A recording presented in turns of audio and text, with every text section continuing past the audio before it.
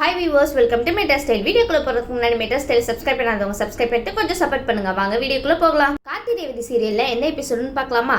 கார்த்தி ரேவதிக்கும் மருதுக்கும் நடக்க போற கல்யாணத்தை நிறுத்தினாரா இல்லையா தெரிஞ்சுக்கலாமா? கார்த்திக் அந்த இடத்துக்கு வரதுக்கு முன்னாடியே அதிகாரிங்க வந்து அவங்கள போலீஸ் ஸ்டேஷனுக்கு கூட்டிட்டு போயிட்டாங்க. அந்த இடத்துல மருது வந்து கால் பண்ணி சொல்றாரு கார்த்திக்கு, எப்பா கார்த்தி அந்த விளங்காத மருது பையல அதிகாரிங்க வந்து கூட்டிட்டு போயிட்டாங்கப்பா அப்படின்னு சொல்லிட்டு இருக்காங்க. உடனே கார்த்திக் ஒண்ணுமே புரியல. எதுக்கு அவனை எதுக்காக கூட்டிட்டு போறாங்க அப்படின்னு சொல்லி கேட்டுட்டு இருக்கும் போது, அதெல்லாம் எனக்கு தெரியலப்பா, திடீர்னு அந்த அதிகாரிங்க வந்தாங்க, ஏதேதோ பேசிட்டு அந்த மருது பையல கூட்டிட்டு போயிட்டாங்கப்பா, நான் தூரமா இருந்தனால எனக்கு எதுவும் கேட்கல அப்படின்னு சொல்லிட்டு இருக்காங்க. ஏன் மருது, நீங்க மட்டும் களத்துல இறங்கி இருந்தா அவனை பலார்னு கண்ணத்துல அறிஞ்சு இதுக்கெல்லாம் பின்னாடி நீயா இருக்க அப்படின்னு சொல்லி கேட்டுப்பீங்க மருது. அந்த அளவுக்கு காரியம் பண்ணி வச்சிருக்காங்க. உடனே ஈஸ்வரி சூரியகலாக்கு என்ன பண்றதுன்னே தெரியல. ஈஸ்வரி, இவ்வளவு செல்வாக்கு இருந்து கூட உங்களாலேயே எது பண்ண முடியலையே. உடனே இங்க ரெண்டு பேரும் பேசிட்டு இருக்காங்க. என்னாச்சு ஏதாச்சு, இப்ப இங்க என்ன நடந்துச்சு அப்படின்னு சொல்லிட்டு புரியாம நின்றுட்டு இருக்காங்க. உடனே மருத கூட்டிட்டு போன அதிகாரிங்க வந்து, வாங்க சார், ப்ரூஃப் தானே கேட்டீங்க, வாங்க உள்ள. நீ பண்ண காரியத்துக்கு உனக்கு ப்ரூஃப் வேற காமிச்சு உன்னை வந்து வெத்தலை பாக்க வச்சு அழைப்பாங்களா உன்னை அப்படின்னு சொல்லி கேட்டுட்டு இருக்காங்க. சூப்பர், அதிகாரினா இப்படிதானே இருக்கணும், கேளுங்க சார். உடனே மருது சொல்றாங்க, எக்ஸ்கியூஸ் மீ சார், இங்க பாருங்க, இந்த மாதிரிலாம் பண்ணிட்டு இருக்காதீங்க, நான் எந்த தப்புமே சொல்ல, மறுபடியும் சொல்றேன், உங்ககிட்ட ஏதாவது ப்ரூஃப் இருக்கா, ப்ரூஃப் இருந்தா என்கிட்ட காமிங்க, நான் ஒத்துக்கிறேன் அப்படின்னு சொல்லி கேட்டுட்டு இருக்காங்க. உடனே வந்து அதிகாரிங்க வந்து, என்னடா ப்ரூஃப், சாருக்கு வந்து எல்லாத்தையும் நிரூபிச்சுதான் காமிக்கணுமோ, உன்னை என்ன நாங்க வேலை வெட்டி இல்லாம விளையாடுறதுக்காக கூட்டிட்டு வந்திருக்கோம், எல்லாத்தையும் ஆராய்ஞ்சு பார்த்துதான் இதுக்கு பின்னாடி எல்லாத்துக்கும் நீதான் காரணமா இருக்கேன்னு தெரிஞ்சுட்டு தானடா நாங்க கூட்டிட்டு வந்திருக்கோம் அப்படின்னு சொல்லிட்டு அதிகாரிங்க மருத மிரட்டிட்டு இருக்காங்க. மருதுக்கு என்ன பண்றதுன்னே தெரியல. இனி ப்ரூஃப் கேப்பீங்க வாயை திறந்து. உடனே அந்த அதிகாரிங்க வந்து கார்த்திக்கு கால் பண்றாங்க. 4-5 தடவை கார்த்திக் கால் பண்ணியும் எடுக்கவே இல்லை. கார்த்திக் தான் ரேவதிக்கு மேரேஜ் நடந்துருமோன்னு அவசரமா அந்த வேலையில இருக்காருல்ல, அதனாலதான் எடுக்கல போல, கொஞ்சம் வெயிட் பண்ணி பாருங்க சார். உடனே கார்த்திக் ரிஜிஸ்டர் ஆபீஸ்க்கு வந்துடுறாரு. வந்து பார்க்கும்போது ரேவதி அழுதுட்டு இருக்கிறத பாக்குறாங்க. உடனே மருதுக்கு கால் பண்ணிட்டு, மருது நீங்க எங்க இருக்கீங்க, சீக்கிரம் வாங்க, நான் இந்த இடத்துக்கு வந்துட்டேன் அப்படின்னு சொல்லிட்டு இருக்காரு.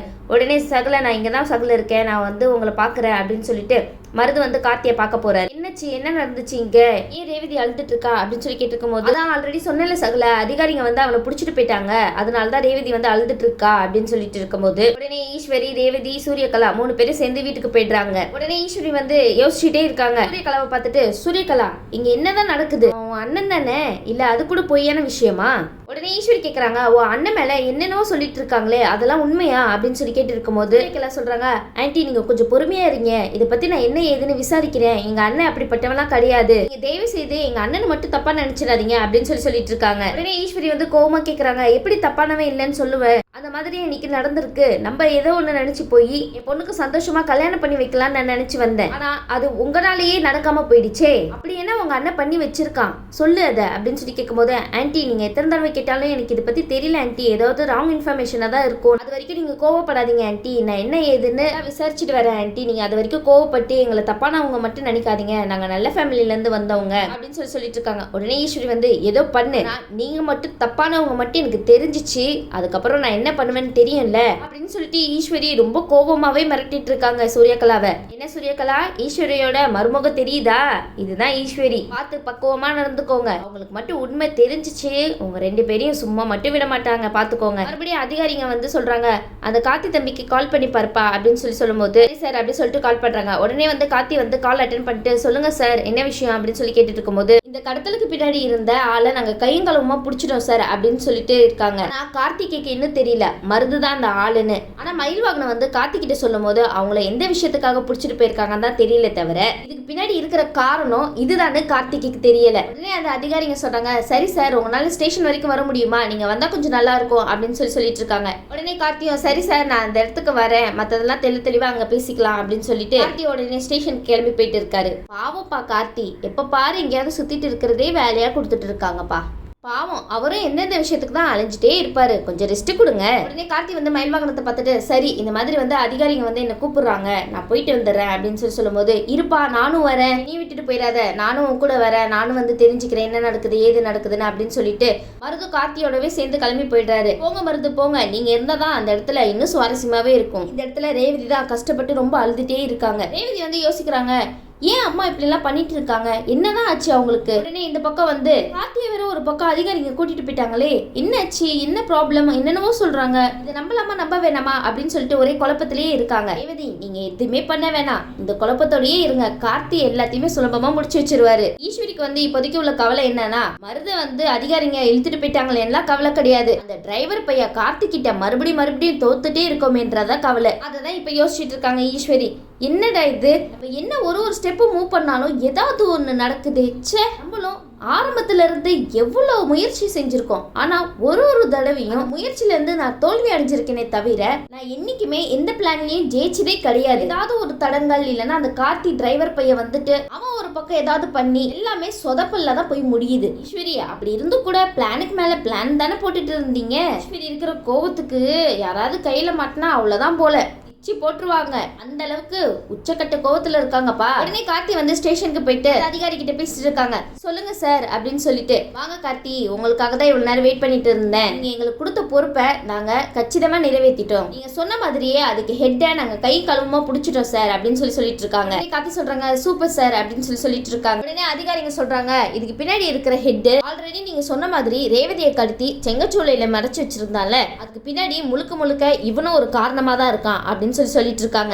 வந்து கார்த்தியும் சரி சார் அவனை நான் பார்க்கலாமா அப்படின்னு சொல்லிட்டு இருக்காங்க. அதிகாரிங்க சொல்றாங்க கண்டிப்பா பார்க்கலாம், வாங்க என் கூட அப்படின்னு சொல்லிட்டு மருத காமிக்க கூட்டிட்டு போயிட்டு இருக்காங்க. உடனே மயில் வாகனம் சொல்றாங்க, இன்னைக்கு அவனை நான் என்ன பண்ற பாருங்க சகல அப்படின்னு சொல்லிட்டு போயிட்டு இருக்காங்க. போங்க மயில் போங்க, இந்த வெறியோடயே போங்க. உடனே அதிகாரிங்க வந்து மருத காமிக்கிறதுக்காக கூட்டிட்டு போயிட்டு இருக்கும் போது, கார்த்தி சார் இதுக்கு பின்னாடி இருக்கிறதே இவன் தான் பாருங்க அப்படின்னு சொல்லும் போது உடனே மருது திரும்பும் போது கார்த்தி பாக்குறாரு. கார்த்திக்கும் மயில் வாகனத்துக்கும் ஒண்ணுமே புரியல. மயில் கேக்குறாரு என்ன சகல இவன் இங்கே இருக்கான். உடனே மயில் சொல்றாரு, டேய் உன்னையே அதிகாரிங்க இங்கதான் கூட்டிட்டு வந்து வச்சிருக்காங்களா அப்படின்னு சொல்லி கேட்டுட்டு இருக்கும் போது உடனே வந்து அதிகாரிங்களுக்கு வந்து ஒன்னும் புரியல, என்ன சார் சொல்லிட்டு இருக்கீங்க அப்படின்னு சொல்லும் போது, ஆமா சார் ரிஜிஸ்டர் ஆபீஸ்ல இருந்து இவனை நீங்க புடிச்சிட்டு போயிட்டு இருந்தீங்கல்ல, அதை நாங்க பார்த்தோம் சார் அப்படின்னு சொல்லிட்டு இருக்காங்க. மயில் வாகனம் கேக்குறாரு, ஆனா இவனை ஏன் சார் இங்க புடிச்சிட்டு வந்தீங்க, இவன் என்ன பண்ணா, எந்த காரணத்துக்காக இங்க புடிச்சிட்டு வந்திருக்கீங்க சார் அப்படின்னு சொல்லி கேட்கும் போது அதுக்கு அதிகாரிங்க சொல்றாங்க, செங்கச்சூளையில தேவதையை கடத்தி வச்சிருக்காங்க சொல்லியிருந்தேன்ல, அதுக்கு பின்னாடி இருக்கிற ஹெட்டே இவன் தான் சார் அப்படின்னு சொல்றாங்க. உடனே மயில் வாகனம் வந்து, அடப்பாவி அமுல் பேபி மாதிரி இருந்துட்டு என்னென்ன வேலைலாம் பண்ணிருக்க, இந்த தேவையில்லாத வேலை அப்படின்னு சொல்லி கேட்டுட்டு இருக்கும் போது கார்த்தி சொல்றாங்க, என்ன சார் சொல்றீங்க இவனா அப்படின்னு சொல்லும்போது, ஆமா சார் நான் வந்து நல்லா எல்லா டீட்டெயில்ஸுமே வந்து கரெக்டா கலெக்ட் பண்ணி தான் நான் இவனை பிடிச்சிருக்கேன், என்னோட டியூட்டில என்னைக்குமே எதுவுமே மிஸ் ஆனது கிடையாது, நீங்க ஏன் மேலேயே சந்தேகப்படுறீங்களா கார்த்தி அப்படின்னு சொல்லி அதிகாரி கேட்கும் போது அதுக்கு கார்த்தி சொல்றாரு, அப்படிலாம் இல்ல சார், இவனை வேற விஷயத்துக்கு எதுக்காக தான் பிடிச்சிட்டு வந்திருக்கீங்க நாங்க நினைச்சிட்டு இருந்தோம், ஆனா இதுக்கு பின்னாடி. உடனே வந்து கார்த்தி சொல்றாரு, இவனா இருப்பான்னு எதிர்பார்த்து வரல அப்படின்னு சொல்லிட்டு இருக்காரு. உடனே கார்த்தி வந்து மருதி கிட்ட போய் பேசுறாங்க, நான் தான் உனக்கு ஏற்கனவே என் வழியில வராத வந்தா அதோட தாக்கம் ரொம்ப அதிகமா இருக்கும் சொல்லியிருந்தேன்ல, அப்படி இருந்தோம் நீ இவ்வளவு பெரிய காரியம் பண்ணி வச்சிட்டு இருக்க, என்னோட மனைவி ரேவதியவே நீ கடத்தி சூழல மறைச்சு வச்சு பெரிய தப்பு பண்ணிட்ட, இதுக்கு ஒண்ணு நான் என்ன பண்ற மட்டும் பாரு அப்படின்னு சொல்லிட்டு இருக்காரு. என்ன மருது சொல்றாரு, உன்னால எதுவுமே பண்ண முடியாதுடா, கொஞ்ச நேரத்துல நான் எப்படி வெளியே வர மட்டும் பாரு அப்படின்னு சொல்லிட்டு இருக்காரு. சுச்சோ பெரிய ஆளா இருப்பாரோ, அவருக்கு பின்னாடி நிறைய பேர் இருக்காங்களோ என்னவோ அந்த தைரியத்துலதான் சொல்றாரு. நம்ம புது வில்லன், என்ன புது வில்லன் சார், எங்க கார்த்திக்கிட்டே வா. உடனே மருது சொல்றாரு, நான் வெளியே வந்து உன்னோட ரேவதியே உன் கண்ணு முன்னாடி கல்யாணம் பண்ணி காமிக்கிறேன் அப்படின்னு சொல்லிட்டு அவரு ஒரு பக்கம் சவால் விடுறாரு. என் மருது கார்த்திக்கிட்டே சவாலா, நீங்களாம் ஒரு ஆளே கிடையாது அவருக்கு. அதுக்கு கார்த்தி சொல்றாரு, உன்னால முடிஞ்சதை பண்ணு, உன்னால வெளியவே வர முடியாது, ஃபர்ஸ்ட் வெளியே வர்றதுக்கு ட்ரை பண்ணு, அப்போ பார்க்கலாம் நீ சொன்னதெல்லாம் நடக்குதா இல்லையான்னு அப்படின்னு சொல்லிட்டு கார்த்தி பேசிட்டு இருக்காரு. உடனே மயில் வாகனம் வந்து சகல நான் கொஞ்சம் போய் பேசிட்டு வரேன் அப்படின்னு சொல்லிட்டு இருக்காங்க. உடனே வந்து மயில் வாகனம் சொல்றாரு, டேய் நீ இவ்வளவு பெரிய ஆளாடா, ஆனா உனக்கு எவ்வளவு தைரியம் இருந்தா ரேவதி மட்டும் இல்லாம என் அத்தையும் சேர்த்து கடத்திட்டு போயிட்டு செங்கச்சூளையில மறைச்சு வச்சிருக்கே, உனக்கு எவ்வளவு தைரியம் அப்படின்னு சொல்லி கேட்டுட்டு இருக்காங்க. உடனே வந்து மயில் வாகனம் சொல்றாரு, அன்னைக்கு அடி வாங்கினதெல்லாம் உனக்கு மறந்து போச்சே என்ன அப்படின்னு சொல்லி கேட்டுட்டு இருக்காரு. வந்து மறந்து சொல்றாரு, ஏய் நீ எல்லாம் என் கால் தூசிக்கு கூட வரமாட்ட, ஒழுங்கா இங்க இருந்து போயிடு அப்படின்னு சொல்லிட்டு நம்ம மயிலையே மறட்டுறாரு மருது. உடனே சூரியகலா வந்து மருத பாக்குறதுக்காக வராங்க. சூரியகலா அந்த இடத்துக்கு வந்ததுக்கு அப்புறம் கார்த்தி அங்க இருந்து கிளம்புறதா பாக்குறாங்க.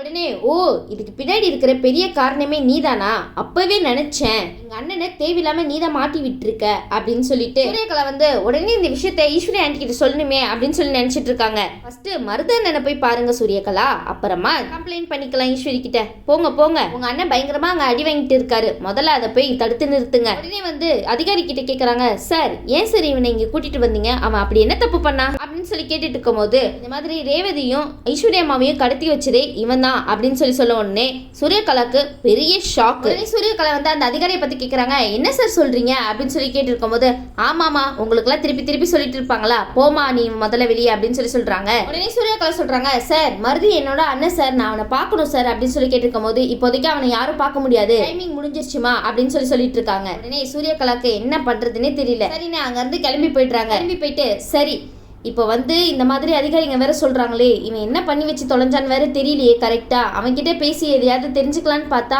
அவனையும் பார்க்க விட மாட்டாங்க அப்படின்னு சொல்லிட்டு சூரியகலா உடனே வீட்டுக்கு திரும்பி போறாங்க. சரி சூரியகலா வீட்டுக்கு போயிட்டு அதிகாரிங்க சொன்னதை ஈஸ்வரி கிட்ட சொல்றாங்களா இல்ல கார்த்தி வந்துட்டு போனதை மாத்தி ஏதாவது தப்பா சொல்லி வைக்கிறாங்களான்னு நம்ம வெயிட் பண்ணி பார்க்கலாம். இந்த வீடியோ உங்களுக்கு பிடிச்சிருந்துச்சுன்னா மறக்காம மெட்ராஸ் ஸ்டைலை லைக் பண்ணுங்க, ஷேர் பண்ணுங்க, சப்ஸ்கிரைப் பண்ணிடுங்க. தேங்க்யூ.